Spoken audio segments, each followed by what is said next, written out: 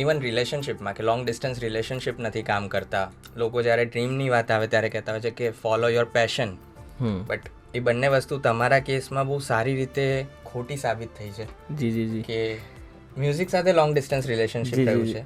Music તો મારી અંદર જ હતું, એટલે એમ લોંગ ડિસ્ટન્સ નહીં કહેવાય.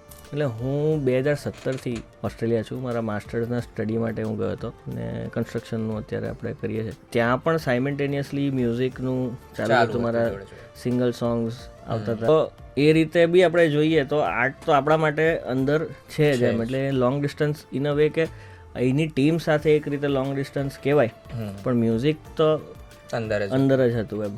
અને એ પણ વર્કઆઉટ થઈ ગયું ને જે તે સમય આવવાનું હતું ત્યારે મારી જ્યારે જરૂર હતી અહીંયા ત્યારે હું આવ્યો પણ છું. એ આખી જર્નીમાં તમને કૃષ્ણ તત્વ લાગ્યું હતું જોડે. You are working on Hindi right now. હા, તો આ જર્નીમાં ફરી એવું લાગી રહ્યું છે કે યુ આર રિલિવિંગ ધ એટલે હવે તો એવું લાગે છે કે જોડે જોડે છે જ એમ. એટલે અત્યારે બી કદાચ રૂમમાં બેઠા હોય એવું અહીંયા બેઠા છે. હા, હવે જે તમને લાલો સાથે જોડીને લઈ ગયું તમને ત્યાં સુધી, વિકી જોશી જેને તમે ભૂદેવ કહો છો, એ ના હોત તો કદાચ આજે આપણે પણ અહીંયા વાત ના કરતા હોય. હા, એ ભૂદેવ સૌથી મારા પ્રિય મિત્ર છે. આખી જે અમારી ફેમિલી છે લાલોની, હા, એટલે એમની જોડે એક અલગ કનેક્શન છે એમ. એટલે મેન્ટોર પણ કહી શકાય ને, એક મોટા ભાઈ પણ કહી શકાય ને, એક બહુ સારા ફ્રેન્ડ પણ કહી શકાય.